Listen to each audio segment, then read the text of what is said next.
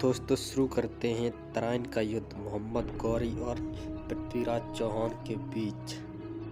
मोहम्मद गौरी अफगानिस्तान के गौर नामक स्थान का था। उसने गजनी पर 1173-74 ईस्वी में अधिकार कर लिया। भारत पर उसने पहला अधिकार 1175 में मुल्तान पर किया। मुल्तान पर विजय करने के बाद गौरी ने गुजरात पर आक्रमण किया। यहाँ उसने चालुक्य वंश के राजा मूलराज द्वितीय ने अपनी सासी विधवा मां नायिका देवी के नेतृत्व में अम्बू पहाड़ी से निकट पराजित किया। यह भारत में उसकी पहली पराजय थी।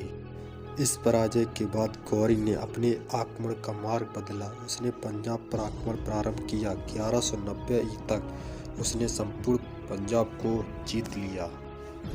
पंजाब जीतने के बाद उसके राज्य की सीमाएं दिल्ली और अजमेर के शासक पृथ्वीराज चौहान के राज्य में मिलने लगी।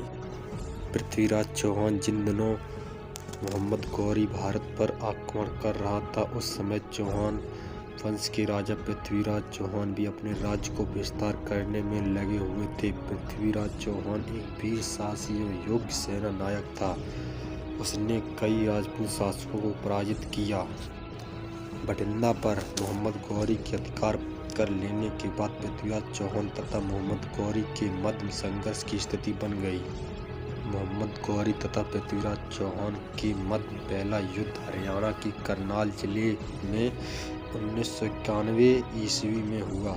इस युद्ध में मोहम्मद गौरी की हार हुई और वह जान बचाकर भागा। मोहम्मद गौरी 1 साल तक शांत रहा। इस दौरान उसने अपनी सेना को शक्तिशाली बनाया। 1192 ईस्वी में उसने पुनः पृथ्वीराज चौहान पर आक्रमण किया। दोनों के बीच एक बार पुनः तराइन के मैदान में भीषण युद्ध हुआ। इस बार पृथ्वीराज चौहान की हार हुई।